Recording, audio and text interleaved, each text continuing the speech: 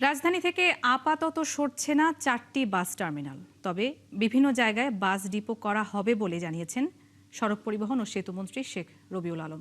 তিনি বলেন, প্রাথমিকভাবে নতুন 10টি জেলায় রেল সংযোগের সিদ্ধান্ত নিয়েছে সরকার। এ সময় ভারতের সাথে আবারও মৈত্রী ও বন্ধন ট্রেন চলাচলের বিষয়ে এখনও কোনো সিদ্ধান্ত হয়নি বলে জানান তিনি। দুপুরে সচিবালয়ে সড়কের সার্বিক ব্যবস্থাপনা নিয়ে ব্রিফিংয়ে এসব কথা বলেন সড়কমন্ত্রী। বাস স্ট্যান্ডে 12 ঘন্টা, 18 ঘন্টা, 24 ঘন্টা থাকছে।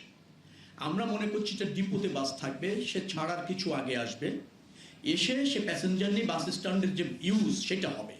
কিন্তু দিনের পর দিন, ঘন্টার পর ঘন্টা বাস স্ট্যান্ডে থেকে যে যানজট তৈরি হচ্ছে, যে অব্যবস্থাপনা তৈরি হচ্ছে, ওইটার পরিবর্তন চাচ্ছি। যেমন ধরুন, মহাখালী বাস স্ট্যান্ড থাকছে আপাতত, এটা স্থায়ীভাবে সরানো হবে উত্তর একটা জায়গায়, সেখানে 50 বিঘা জায়গা একবার করে একটা সিদ্ধান্ত নিয়ে